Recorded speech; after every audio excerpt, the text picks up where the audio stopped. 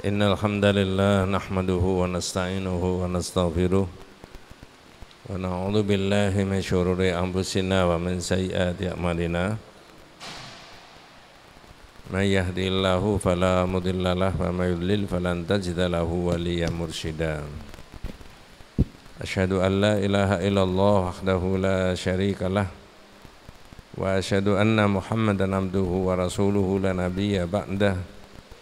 Allahumma salli ala Muhammad wa ala ali Muhammad kama sallaita ala Ibrahim wa ala ali Ibrahim wa barik ala Muhammad wa ala ali Muhammad kama barakta ala Ibrahim wa ala ali Ibrahim fil alamin innaka Hamidum Majid. Amma ba'du. Ma'asyiral muslimin rahimani wa rahimakumullah.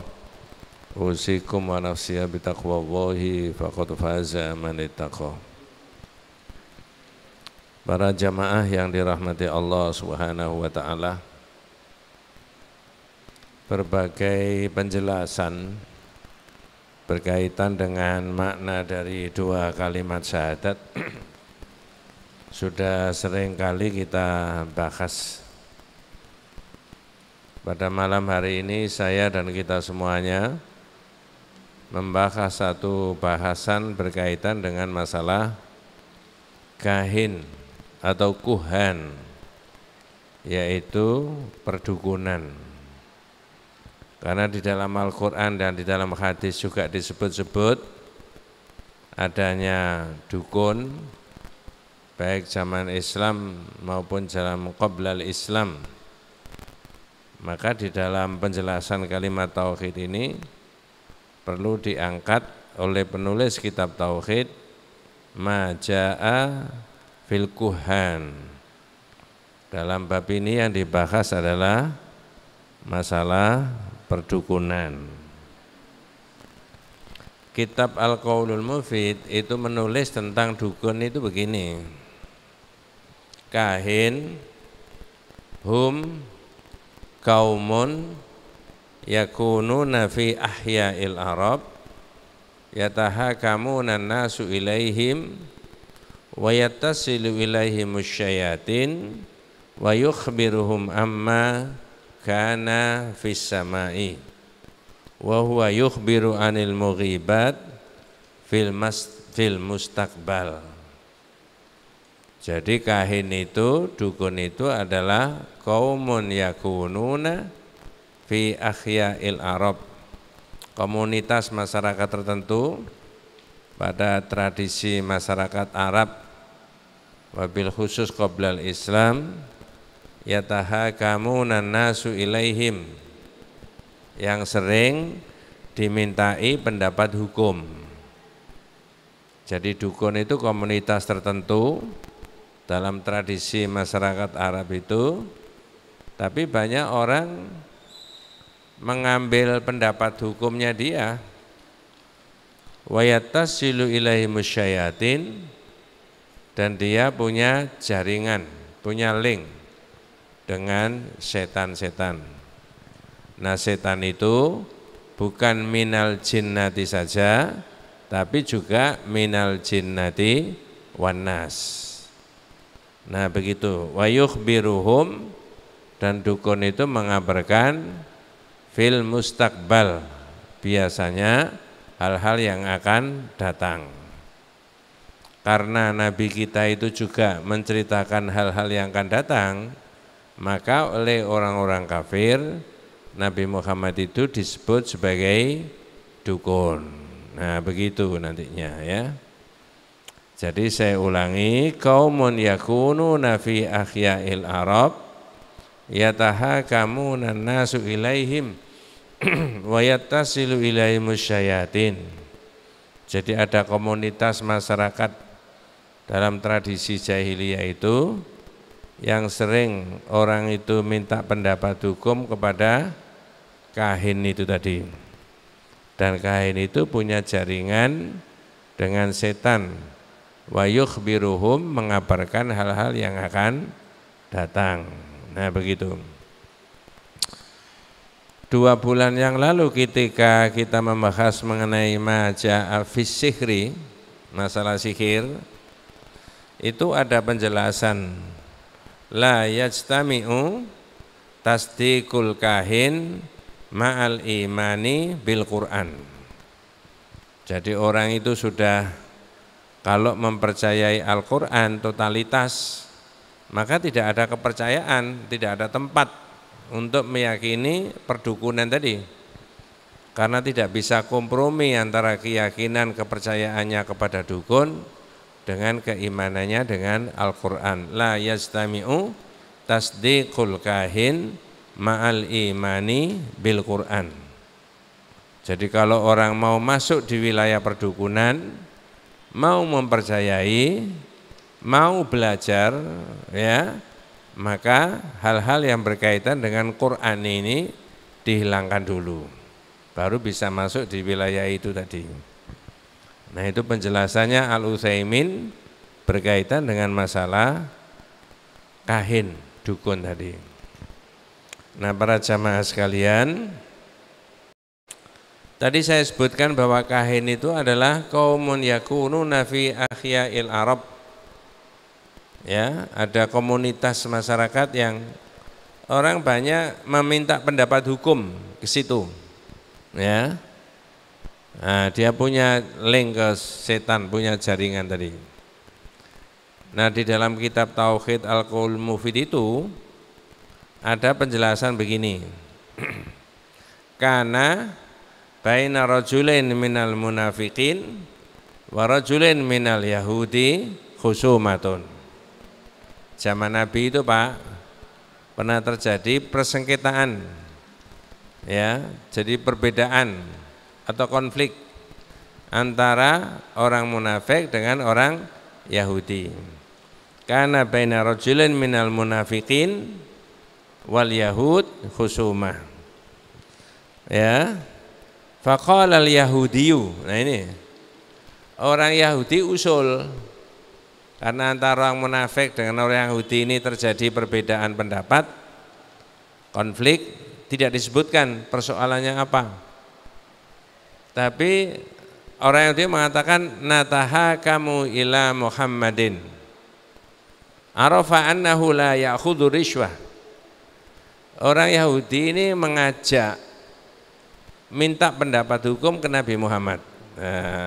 Aneh kan? Apa alasannya? Karena orang Yahudi mengerti Nabi Muhammad itu tidak mau disuap. Faqala al-munafiq. Lalu orang munafik mengatakan apa? Natahakamu ilal yahud. Ndak, ke Yahudi saja. Apa alasannya? Arafa annahu ya'khudhu rishwah.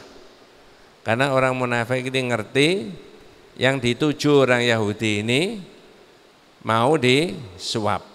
Nah, ini kan siligende. Jenengan titeni ini munafik. Saya tanya dulu sebelum dilanjut. Orang munafik itu orang Islam apa orang kafir? Orang Islam yang gak patek temenan. Berikutnya, orang munafik itu berhenti sampai pada zaman Nabi saja atau sampai 2024? Oh, sampai seterusnya. Jadi ini sahih.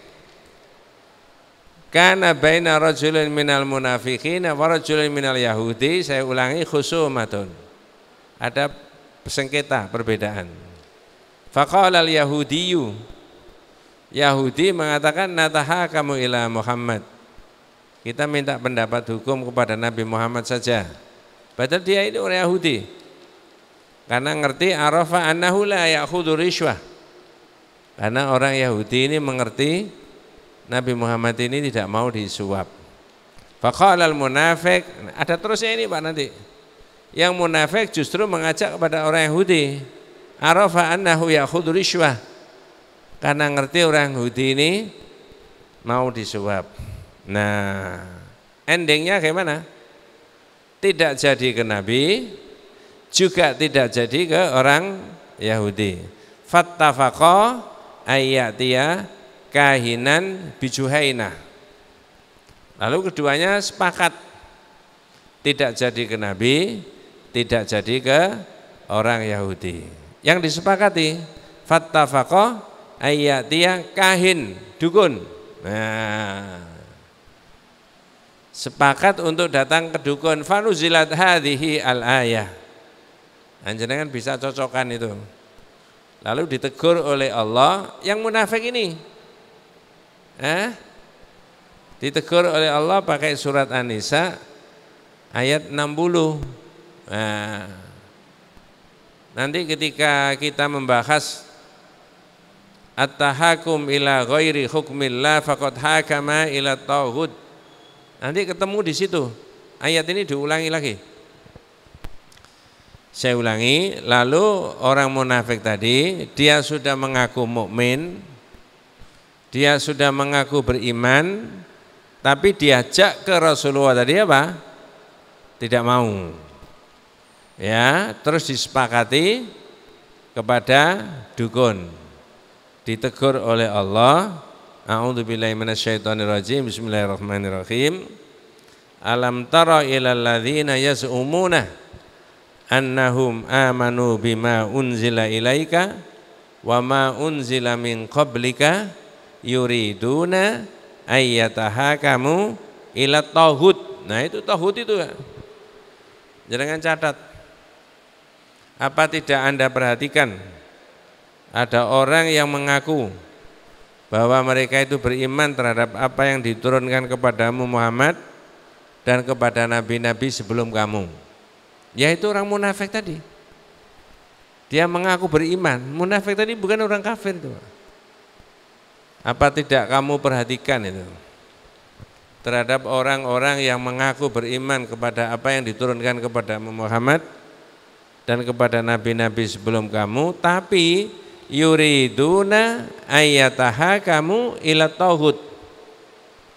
Tapi mereka mengendaki minta pendapat hukum kepada siapa? Tauhid. Nanti ayat ini diulangi seperti yang saya sebutkan tadi. Judulnya at-tahakum ila ghairi hukmillahi faqad hakama ila at-tauhid. Berhukum kepada selain daripada hukumnya Allah, tapi berlawanan dengan hukumnya Allah, berarti berhukum kepada siapa? Tauhid. Nah, jangan salah paham ya. Yang dimaksudkan nanti diterangkan di bab 39 saja. Ya. Waqad umiru ayyakfuru bihi. Padahal orang yang sudah mukmin itu diperintahkan untuk mengingkari tauhid. Tapi wa yuridu syaitanu ayyudillahum dhalalan ba'ida. Setan menginginkan menyesatkan mereka itu dengan kesesatan yang senyata-nyatanya, yang jelas. Yang kita ambil memang dukun berperan. Makanya guyonnya anak-anak muda itu apa? Jika cinta ditolak, sampean delok TV ya. Jangan begitu, ya. Karena dukun itu dari jujukan. Nah, itulah yang kita ambil, ternyata dukun ini juga qablal Islam itu menjadi rujukan untuk minta pendapat hukum kepada mereka. Ya. Tauhid tadi itu begitu. Nah, sekarang kita bahas mengenai kahin tadi. Ya, karena di situ juga ada kahin. Nabi kita Muhammad SAW itu oleh orang-orang yang tidak mempercayai sebagai Nabi dan Rasul, Nabi Muhammad dianggap sebagai kahin, dukun. Misalkan saja kita bisa buka surat 25 ayat 29. Nah, jadi surat 25 ayat 29. Semoga tidak salah. Ayat berapa tadi, Pak? 29.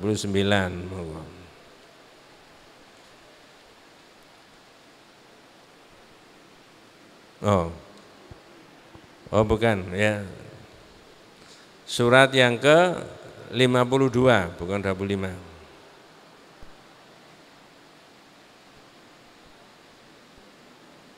Surat yang ke-52.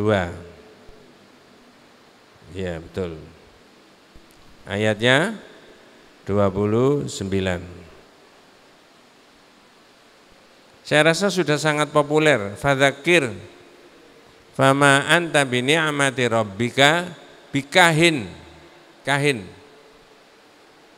Wala majnun.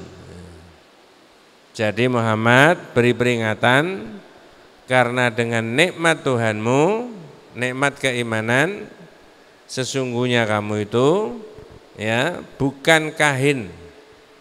Departemen Agama menerjemahkan tukang tenung. Ya. Wala majnun, dan kamu itu tidak gila. Apa bedanya tukang tenung dengan tukang tenun? Ya, makasih.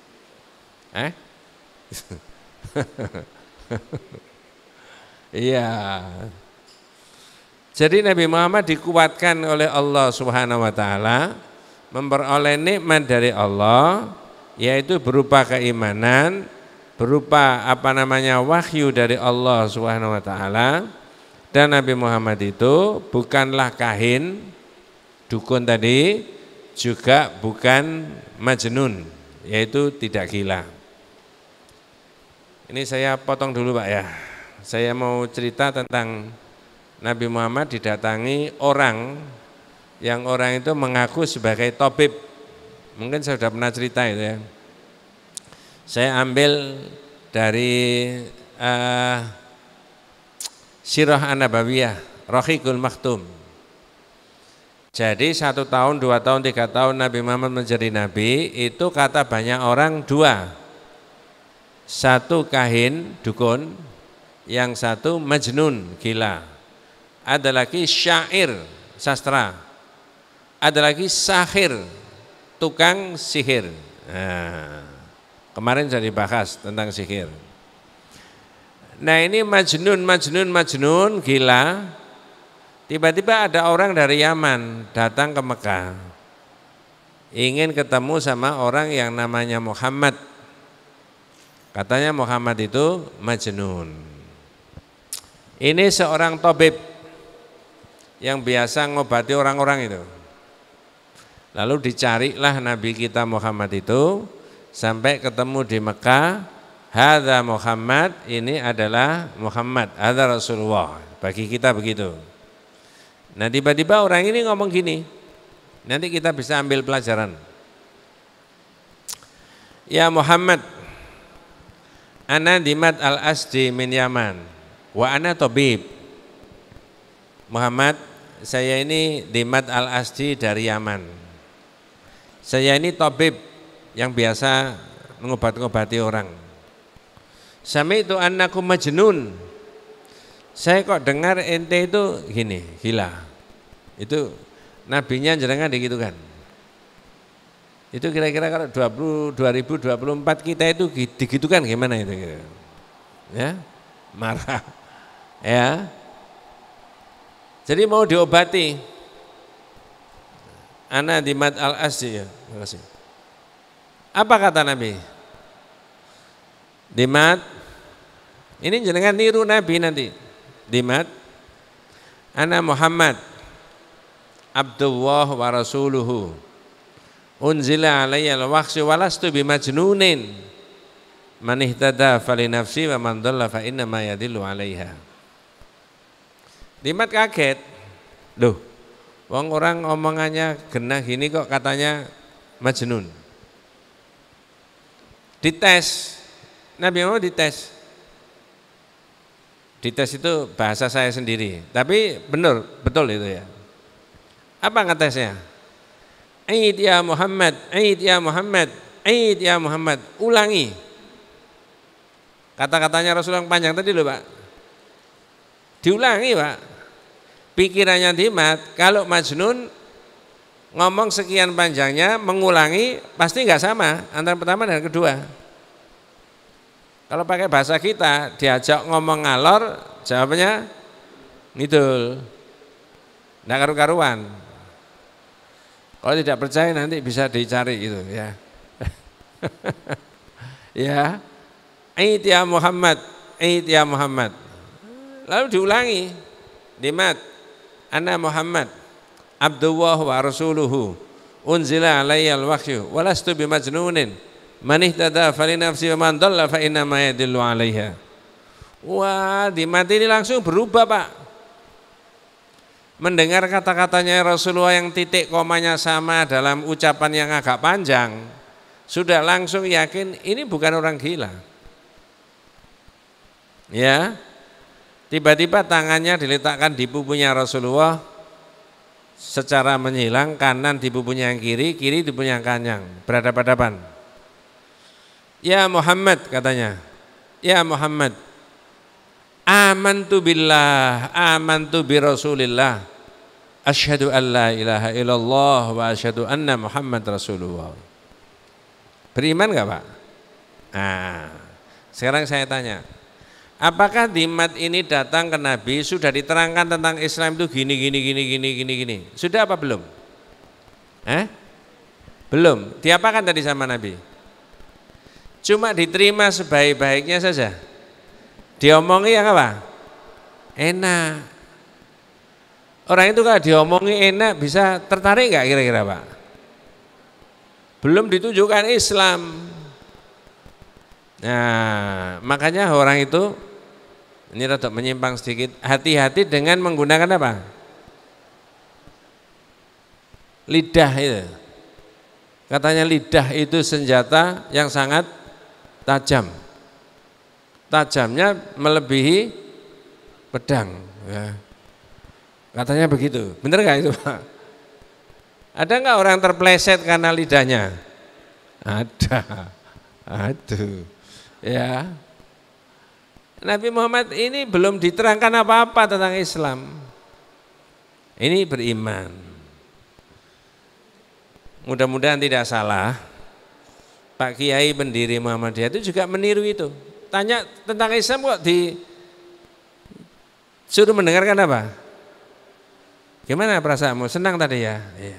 Islam itu indah, bagus, senang. Nabi digila-gila nggak marah malahan. Nah, orang sekarang kadang-kadang enggak begitu. Ya. Digoblok-goblok ya diam aja, Pak. Enggak usah marah. Siapa tahu dengan nanti digoblok itu malah diangkat derajatnya sama Allah. Kan mungkin aja atau begitu ya. Rezekinya lewat situ kan bisa itu ya. Ya. Masya Allah. Jadi Nabi Muhammad dituduh itu. Fama anta bi ni'mati rabbika bikahini wala majnun. Nah, di ayat yang berbeda saya ambilkan dua saja. Baru nanti hukumnya mempercayai dukun itu gimana itu. Ya. Yang berikutnya yang bisa kita ambil adalah pakai surat yang 69. Ya. Surat 69.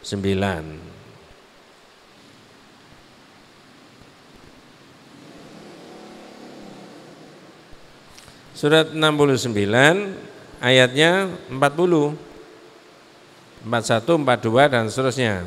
Ini sepintas saja. Innahu laqaulu rasulin karim. Ya. Innahu laqaulu rasulin karim.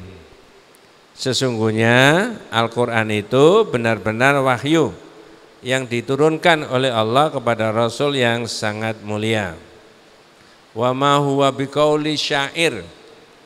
Quran itu bukanlah ucapan seorang sastra, penyair. Qalilam ma tu'minun. Sedikit sekali orang yang beriman. Ya, kamu beriman. Ini yang berikutnya itu, wala biqauli kahin.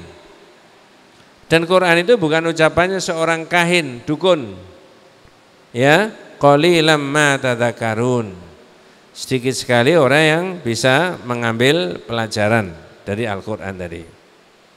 Jadi Nabi Muhammad secara mental, psikologis dikuatkan oleh Allah bahwa kamu itu dapat nikmat dari Allah, kamu itu tidak gila dan kamu juga tidak dukun. Fama anta binikmati rabbika bikahini wala majnun. Tentang ayat yang dibawa yaitu Al-Quran diterangkan lagi bahwa kamu itu Muhammad Al-Quran itu bukanlah ucapan seorang dukun. Qalilam ma tadzakarun. Jadi bapak-bapak, yang kita ambil adalah tuduhan kepada Nabi Muhammad sebagai seorang dukun karena Nabi Muhammad mengabarkan hal-hal yang akan datang. Nah sekarang bagaimana hukumnya? Kalau orang datang kepada dukun, tanya kepada dukun lalu mempercayai omongannya dukun. Ada beberapa hadis yang dimajukan dalam kitab Al-Qaulul Mufid, itu hadis nomor 57, 58, 59 dan 60. Ya. Pertama, riwayat Imam Muslim dalam sahihnya dari salah seorang istrinya Rasulullah, an ba'di azwajin Nabi SAW, Nabi dawo, man ata arrafan fasa'alahu an syai'in fasaddaqahu lan tuqbal lahu salatun arba'ina yauman. Jadi orang tidak boleh menganggap enteng siapa yang datang ke tukang ramal atau dukun lalu tanya sesuatu lalu membenarkan, lan tuqbal lahu salatun arba'ina yauman, salatnya tidak diterima selama berapa hari? 40 hari. Hari yang ke-39 tanya lagi. Berarti apa? Perpanjangan. Mengapa kok tidak diterima itu? Ya itu sudah urusannya Allah, urusannya Nabi. Akidahnya rusak. Mempercayai kahin tadi. Kalau akidahnya rusak, itu maka rusak juga itu amal ibadahnya. Maka Fauzan Al-Fauzan kapan hari sudah saya sebutkan, orang itu Pak ya, al-jahlu bil aqidatis shahihah, bodoh ya. Tapi gak sampai derajat yang paling tinggi. Di atas bodoh itu apa? Yang lebih kasar lagi. Nggak ngerti, bodoh, di atasnya wah nanti jadi viral, nggak jadi ya. Itu al-jahlu bil aqidatis shahihah, orang itu bodoh dari akidah yang benar ya. Apa sebabnya? Bisa babil i'tirad an ta'allumiha, tidak mau belajar, berpaling dari kitab-kitab yang berkaitan dengan akidah. Ya. Wa ta'allumiha, dan ada orang yang alim tidak mau mengajar. Jadi masyarakat dan rakyat itu dibiarkan cari akidah sendiri-sendiri. Tidak ada bimbingan, tidak ada penjelasan berkaitan dengan akidah. Nah, kita difasilitasi di mana-mana itu ya. Baik langsung begini maupun tidak langsung. Akidah yang betul harus diterangkan supaya orang itu tidak mencari sendiri-sendiri. Karena akidah yang rusak itu bisa menjurus pada perbuatan yang syirik tadi. Nah, saya ulangi bahwa man ata arrafan fasa'alahu an syai'in fasaddaqahu lan tuqbal lahu salatun arba'ina yauman. Salatnya diterima selama 40 hari.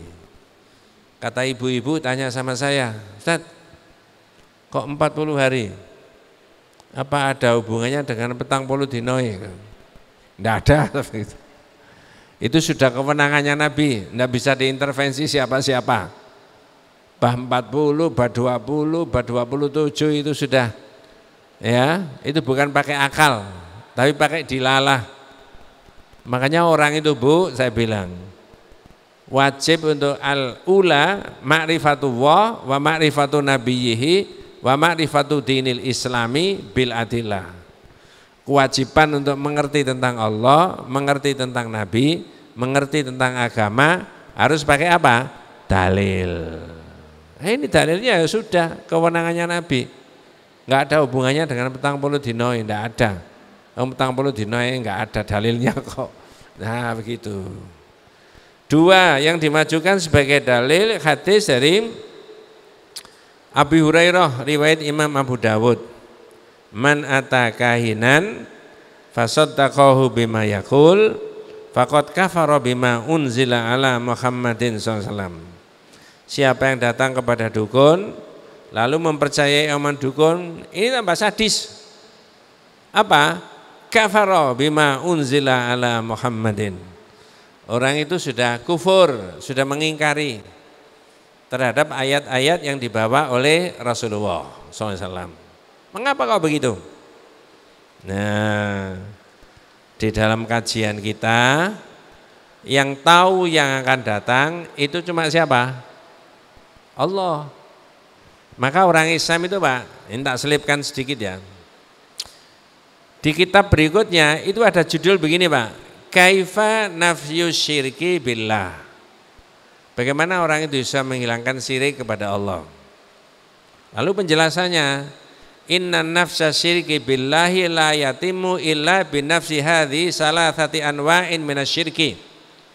Orang kalau membebaskan dirinya dari syirik itu enggak mungkin bisa, kecuali, nah ini penting, menghilangkan 3 macam model syirik.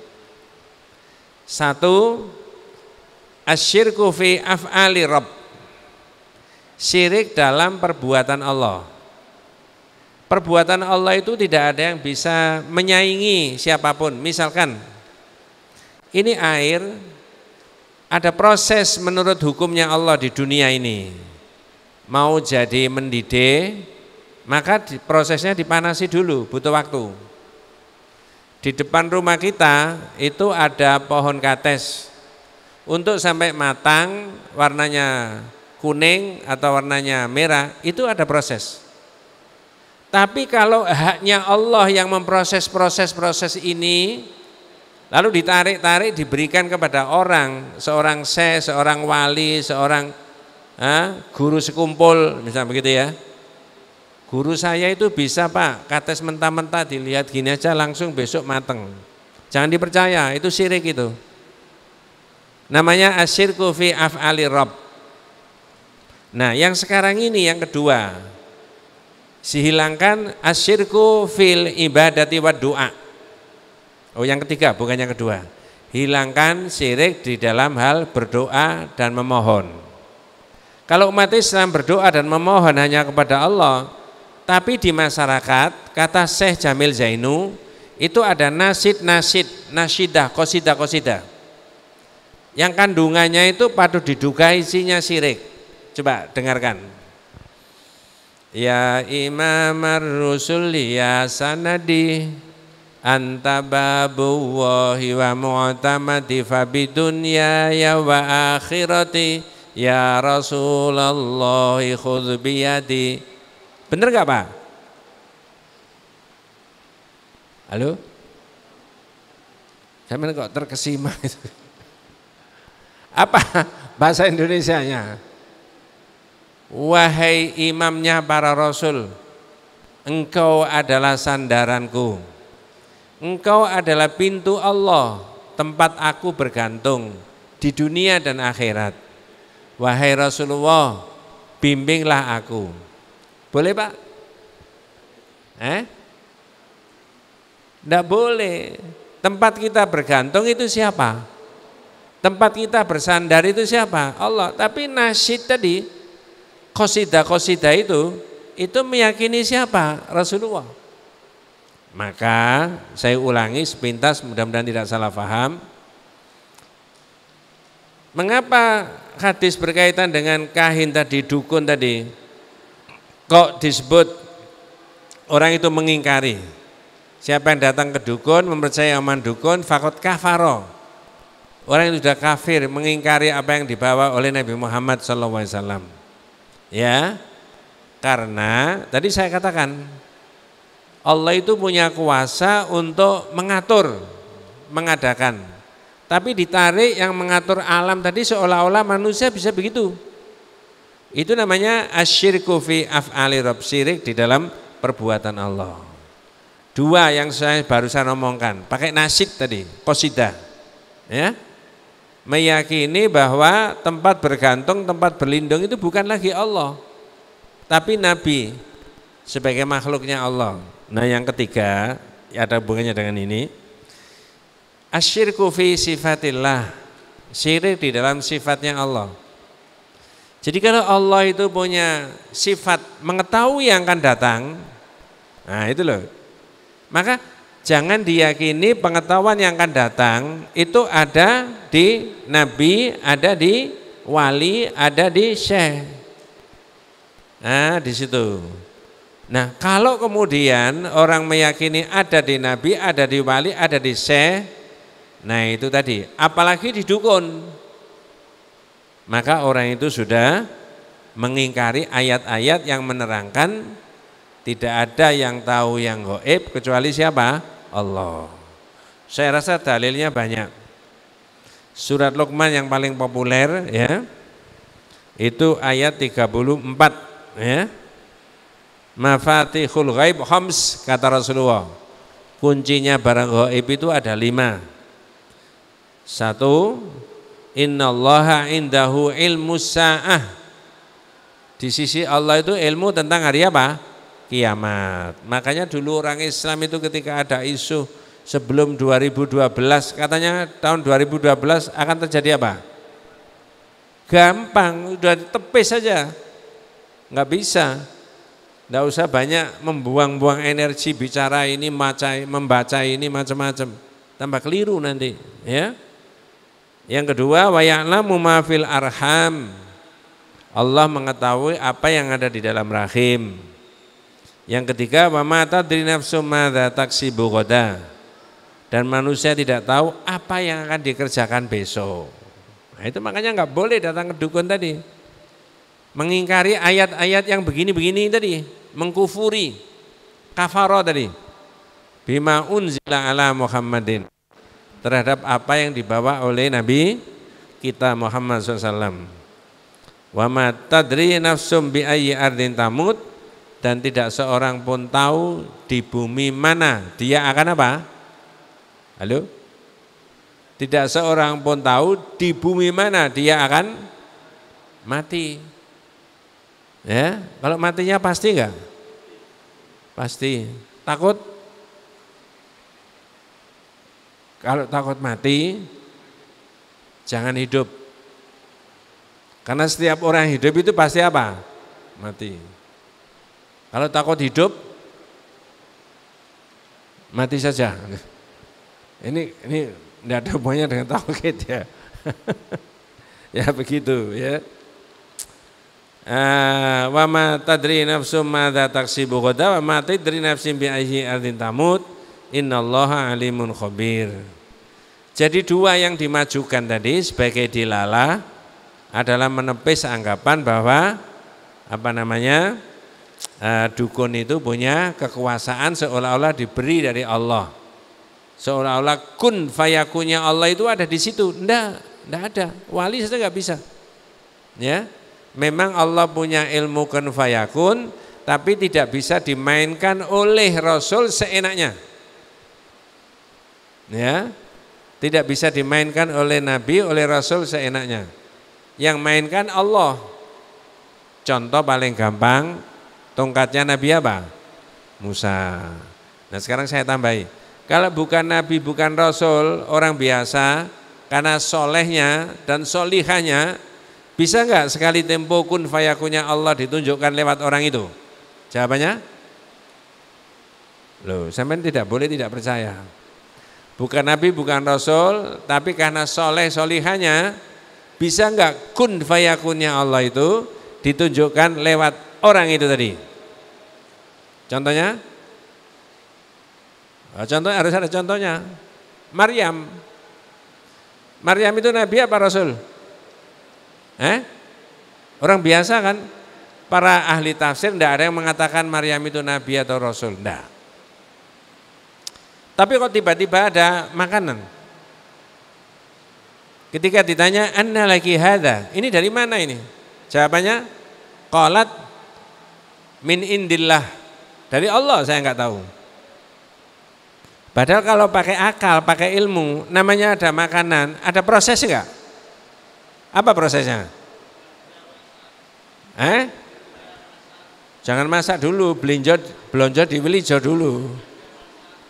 Belanja di Wilijo, masak, lalu diantarkan ke situ. Padahal saat itu belum ada Gojek kan? Ya. Kok bisa ada? Ini betul Pak, jangan disepelekan. Maka yang saya pelajari, mohon maaf, itu begitu-begitu itu contoh-contohnya adalah bukan orang sekarang, tapi yang ada di Quran. Nabi Musa, ya, diberi kekuasaan oleh Allah, kun fayakunnya tadi. Maryam, Allah menunjukkan ilmu kun fayakunnya lewat kealimannya, kesolehaannya dari Maryam tadi. Nah kalau levelnya jenengan, saya, nah itu enggak bisa begitu ya. Gus saja mungkin enggak bisa ya, Gus. Ini lagi booming, lagi rame. Gus, saya digoda sama teman-teman itu. Zaman itu jamaah banyak, mestinya sudah pantas dipanggil apa? Gus. Tak jawab gini, loh, Gus itu anak kiai, saya ini bukan, bapak saya petani. Tahun 69 wafat, saya baru tamat SD. Jangan panggil Gus, guys saja, guys. Halo guys, nah begitu ya. Biar familiar. Itu enggak bisa begitu. Ya. Jadi kadang-kadang kalau orang sudah merasa di atas ini bisa seolah-olah itu dari Allah, ngomong apa saja bisa. Enggak, syariat tidak begitu. Bisa dukun itu namanya. Ngomong apa saja dibenarkan. Nah kemudian hadis yang berbeda lagi, man ata arrafan au kahinan fasaddaqa bima yaqul faqad kafara bima unzila ala Muhammadin. Saya rasa sama isinya, hanya 1-2 redaksinya yang berbeda. Sekarang pertanyaannya, kalau orang datang ke dukun, lalu bertanya kepada dukun, tapi nawaitunya iseng, boleh apa tidak? Iseng. Nang Dimas dukun, lapo, sik tako iseng, boleh apa enggak? Zahirul hadis tidak boleh, hada haram. Kalau datang lalu mempercayai, oh tambah kena ini. 1 poin lagi. Kalau datang bermaksud untuk mendebat, menunjukkan kesalahannya, kebohongannya, kekeliruannya, boleh apa tidak? Hadza matlub, itu boleh. Ya. Teman saya itu namanya Saifuddin, itu pernah datang ke dukun, tapi ngantarkan temannya. Begitu temannya sudah diperiksa BCD-nya, tanya konsultasi, dia coba-coba. Tapi dia ini memang nggak percaya gitu loh. Begitu masuk di kamarnya, yang dibaca apa? A'udzu bikalimatillahi tammati min syarri ma khalaq wa a'udzu bikalimatillahi tammati min syarri. Ini dipakai wirid. Orangnya masih hidup sekarang. A'udzu bikalimatillahi tammati min syarri ma khalaq. Ketika tangannya sudah dipegang sama dukun, tiba-tiba dukungnya marah, tangannya dilepaskan. Mulia kowe, ojo balik ini mana? Ojo balik ini mana? Mulia. Saifuddin tanya saya, ngoten niku dos pundi, Pak? Ya gak ero den aku. Tapi penjenengan tidak boleh tidak percaya bahwa Allah itu punya kekuatan. Ya. Bisa juga dia menggunakan kekuatannya dukun. Ini hadis yang dipakai Nabi tadi. Itu hadis sahih dari Khawlah binti Hakim, riwayat Imam Muslim. Di kitab Tauhid itu bab 13. Dawuhnya Rasulullah benar. Nah itu dilawan dengan hadis itu tadi. Nah itulah dukun ya. Wes, mudah-mudahan kita semuanya diberikan rahmat barokah hidayah Allah Subhanahu wa taala. Mudah-mudahan diberikan umur yang panjang yang berkah. Hadanallahu wa iyyakum ajmain.